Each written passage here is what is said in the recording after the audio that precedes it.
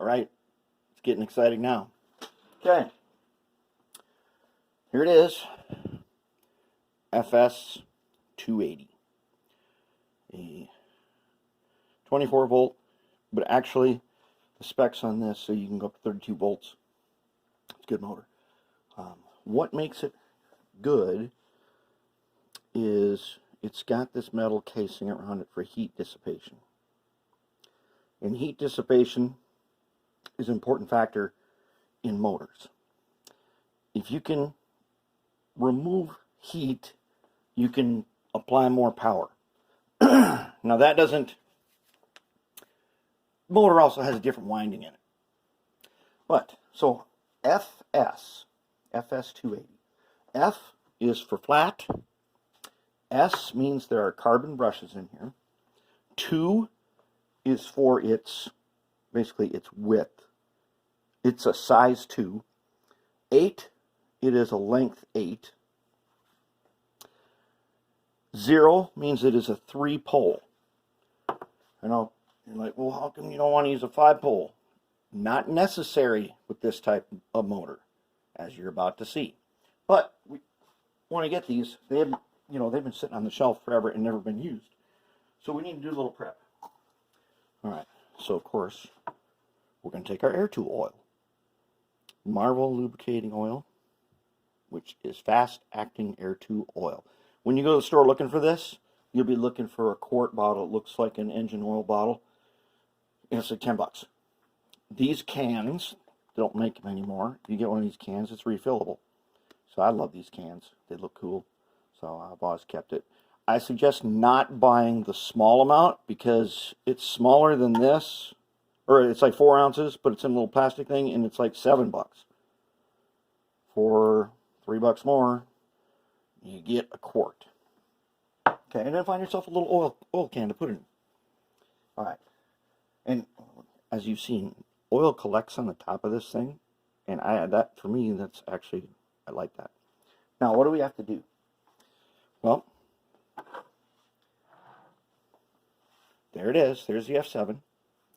It's properly oriented, facing to the right.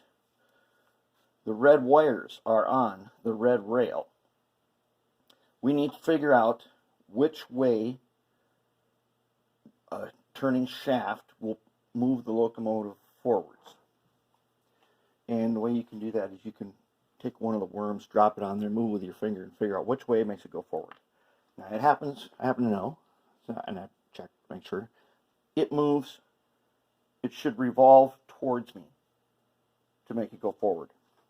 And I've decided to orient the electrical connectors are going to be towards the front. So I had test for direction. So I take my little alligator clips here, and I've already put a PC board on here because I already know which way it goes. And I put my black rail there and my red rail there. Okay. And then I've got a Tech 2 down here. Got a Tech 2. I set that direction to the right, turn it on, and give it some power and see, is it spinning towards me? And the answer is yes. Okay. So I know that I'm on the right track. But now what we want to do is, let's check some specs on this guy. And I remember from the F45s that we did, specs on this thing are amazing. So first, let's dial in some max track power here. How about some, oops, that's fine. Never mind. Let's go all the way back, halfway. All right, let's dial her up to 14. 14.65. That's pretty good. That's probably a little over, but let's dial her up. All right, now, this bench tester does not have direction on it. You have to switch direction with your alligator clips. But I want the red one. Well, you always clip on the black one first, of course. And then I'm going to clip, whoops, I'm going to put on my glasses. And then I'm going to go ahead and I'm going to clip on the red one here so you can see this now. I want you to be able to see the readout, and I want you to be able to see the motor. Okay. Okay, at 14 volts with no load, check our reading. Top middle number is amps. 0.05 amps. Now that is good. This motor does not draw a lot of power. And I'll tell you right now, I don't even want to do it because I've done it before, but I can't pinch it with my finger to burn it up. Check that out. Pinching it on a hard load, I'm still only making it up to 0.2 amps. Not even a half an amp. There is no way that these universal joints could stall this without breaking it apart. And because this is a 2mm shaft, I had to make new connectors. So I 3D printed them from PLA, polylactic acid, which is the 3D printer heats it up, melts it, and then prints it into the shape. This thing here, if it reaches a stall situation, will melt out the inside of this and keep turning. Safety feature. We don't want the motor to stall. Even though if I could stall it, it's not going to reach, it's not even going to make an amp. This makes it safe for DCC. But, you hear that sound? I don't like the sound. And I'm going to tell you why. Because that's not the way it's supposed to sound. We need to tune it up. So what we're going to do is we're going to take, oops, we need a little smaller screwdriver. Alright. So we're going to take our guy. Now you watch them numbers up there. And I'm going to take my little screwdriver. I'm going to get some oil here. Oh, of course it'd be a Phillips. Okay, let's take this little screwdriver. I'm going to get some oil, air tool oil, which protects and preserves. Now, there's a bearing right here. And I'm going to go ahead and drop a tiny drop onto the shaft. It's going to go down the bearing. Hear the difference?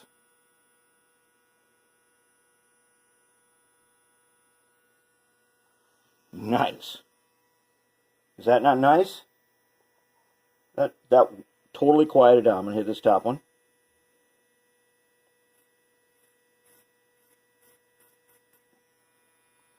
It'll work its way in there.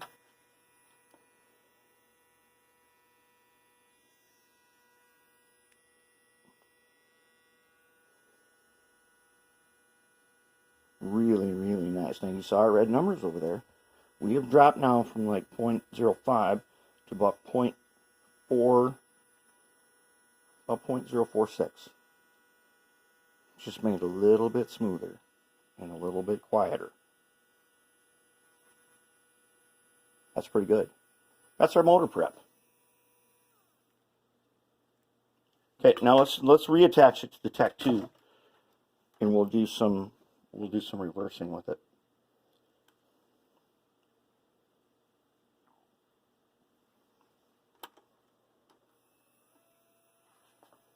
There's 50% power on a DC layout. Switching around.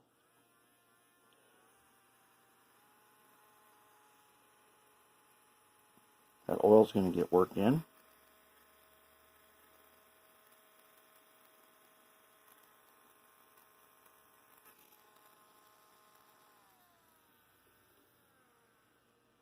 Now, I'll tell you what.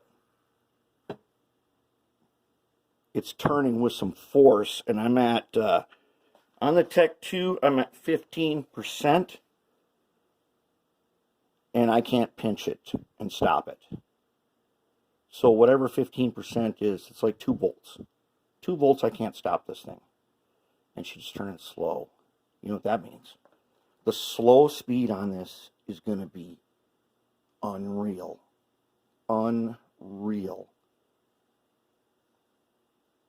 And in yard speed, which we're probably a little slower than yard speed, it's going to be silent. That is super nice. Now here's the thing. Check out our guy over here. Okay, so he's going to sit in here about like this. when that thing is moving at slow speed, the only thing you will hear is the sound of a steel wheel on the track. And depending on how your bench work is, like mine, cork over particle board is virtually silent. This thing will make, when it's cruising through the yard at just a little bit above yard speed, it's going to make no sound. It's going to be amazing, and it's going to have so much control to it. And it's got a decoder in there. Then I'm guessing we can set decoder momentum, and it will be super responsive. Beauty. Now these 280s, they're too big for hood units. They're only good for cowl type units. Like an F7 is perfect for that. And this is going to be really nice. Now, I've also determined that I'm going to use these little stick-on lead weights here. And I think if I've got 2 in there now, if I put 2 more in, I think I'm going to be at just the right height. If not, remember what we do with those? We take them out and we hit them with the hammer on the anvil a little bit till they're a little flatter. And this thing's a beauty. Beauty. We're doing good. This is getting really exciting. I can't wait to try this thing down the track.